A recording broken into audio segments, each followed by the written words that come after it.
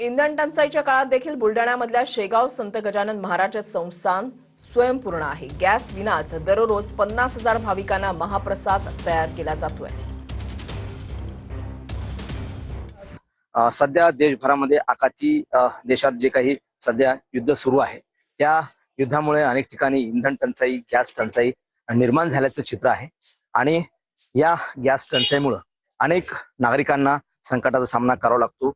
जवळपास 50,000 भाविकांना दररोज महाप्रसाद वितरित केला जातो, मात्र तो महाप्रसाद जो आहे त्याला कुठल्याही प्रकारची गॅस टंचाईची झळ अद्याप पोहोचली नाही। त्याचं कारण म्हणजे गजानन महाराजांचं जे काही संस्थान आहे त्यांची एक केंद्रीय भांडारगृह आहे आणि अन्नपूर्णा अक्षयपात्र पाकशाळा आहे, जी या ठिकाणी मोठ्या प्रमाणामध्ये म्हणजे जवळपास 50,000 भाविकांचा महाप्रसाद बनवला जातो। तोही फक्त सोलर एनर्जीवर, कुठल्याही गॅसचा त्या ठिकाणी वापर केला जात नाहीये। कॅमेरामन निलेश देशमुखसह गणेश सोळंकी, TV9 मराठी, शेगाव, बुलढाणा।